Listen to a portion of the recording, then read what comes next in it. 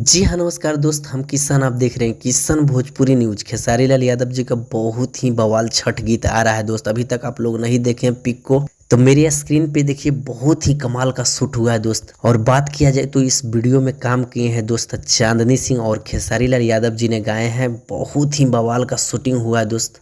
इस बार छठ में तहलका मचाने वाला खेसारी लाल यादव जी का सॉन्ग आ रहा है दोस्त। बहुत ही कमाल का है दोस्त, आप लोग जरूर देखिए, इंतजार जरूर कीजिए। अगर मेरा अपडेट अच्छा लगा तो मेरा चैनल को सब्सक्राइब कीजिए। मेरा चैनल पे पहली बार है तो मेरा चैनल को सब्सक्राइब कर लीजिए, क्योंकि खेसारी लाल यादव जी का हर न्यू अपडेट मिलते रहता है दोस्त।